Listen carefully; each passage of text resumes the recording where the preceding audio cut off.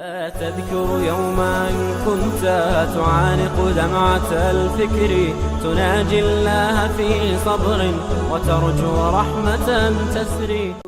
چنانچہ ایک مرتبہ ایک علاقے میں جانا ہوا، وہاں ایک وکیل صاحب سے ملاقات ہوئی. وہ وکیل صاحب دہریے تھے. ملے تو کہنے لگے جی کہ میں تو اللہ کو نہیں مانتا.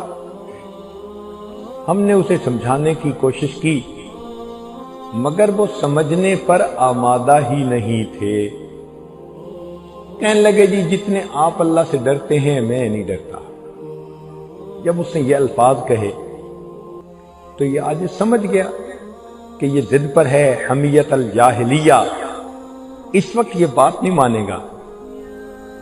تو کہا کہ اچھا بھئی اگر آپ نہیں ڈرتے تو پھر آپ تیار رہیں، اللہ کے عذاب کا کوڑا تو آئے گا. کہتے ہیں دیکھی جائے گی. اللہ کی شان دیکھیں، 6 مہینے نہیں گزرے تھے اس وکیل صاحب کو ایک ایسی بیماری لگی، ابکائی آتی تھی، اس کے منہ سے جو نکلتا تھا اس میں سے پخانے کی بو آتی تھی. اللہ نے دنیا میں دکھا دیا جس زبان سے تم اپنے مالک کی شان میں گستاخی کرتے ہو، ہم اس منہ سے اگر نعمتیں کھلا سکتے ہیں ہم اسی منہ سے پخانہ بھی نکال سکتے ہیں. میں نے ایک ڈاکٹر کو بتایا تو اس نے بیماری کا نام مجھے بتایا کہ حضرت اس بیماری کا یہ نام ہے، اس میں انسان کا سسٹم اس طرح ہوتا ہے کہ منہ سے جو نکلتا ہے اس میں پخانے کی بو ہوتی ہے. تو اگر انسان برے اعمال کرے تو پھر اللہ تعالیٰ اس کو بری موت دے دیتے ہیں. ہم لوگ تیسری کلاس میں شاید پڑھتے تھے. ایک دن اپنے اسکول سے گھر آ رہے تھے تو میرے ساتھ والا بچہ مجھے کہنے لگا کہ ہمارا ہمسایہ ہے اور اس کو رسیوں سے باندھا ہوا ہے، آپ نے دیکھنا ہے. تو میں نے کہا ہاں. چھوٹے چھوٹے تھے ہم دونوں. یہ وہ زمانہ تھا کہ ہمارے پاس پورے محلے کا ملٹیپل ویزا تھا. جب چاہتے جس گھر میں داخل ہو جاتے. ہر گھر میں عورتیں پیار کرتی، مرد پیار کرتے، جو دیکھتا وہی سینے سے لگاتا. تو چھوٹی سی عمر تھی، اس کے ساتھ جا گئے. اس نے مجھے کھڑکی سے دکھایا تو میں نے ایک بندے کو دیکھا کہ واقعی اس کو رسیوں سے باندھا ہوا ہے، بال بکھرے ہوئے ہیں، اور وہ تھوڑی تھوڑی دیر کے بعد کتے کی آواز نکالتا ہے، کتے کی طرح بھونکتا ہے. اگر باہر سے ہم آواز سنتے تو یہی سمجھتے کہ کتا بھونک رہا ہے. آنکھوں سے چونکہ دیکھا انسان تھا تو حیران. اس کو دیکھ کے میرے اوپر ایک خوف ستاری ہوا.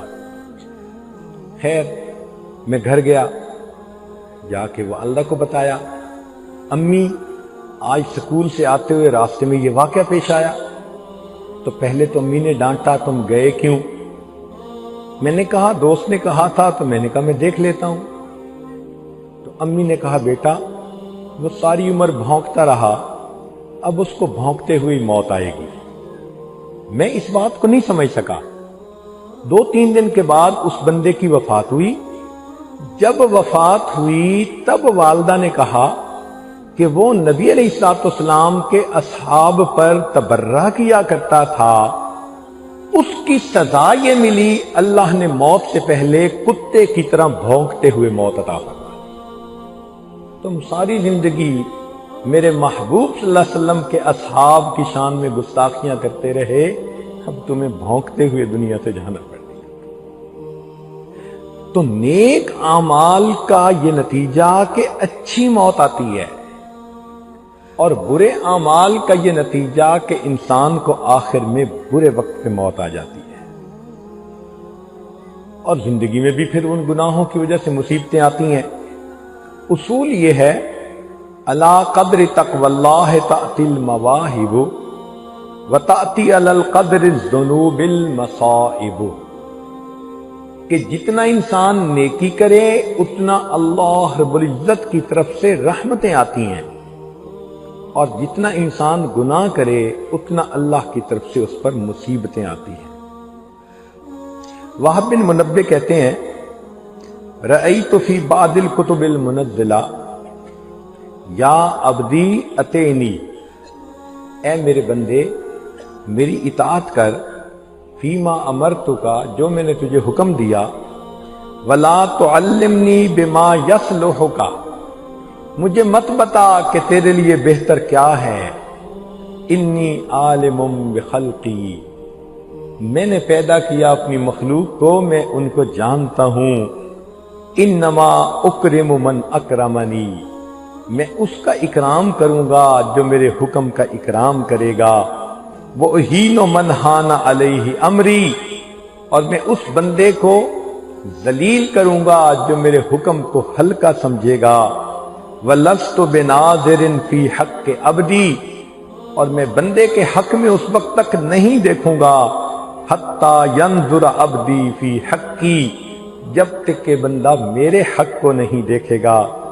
تو معلوم ہوا ہم اللہ کے احکام کو پورا کریں گے، اللہ ہمیں عزتوں سے نوازیں گے، اگر ہم اللہ کے احکام کو توڑیں گے اللہ ہمیں دنیا میں رسوا فرما دیں گے۔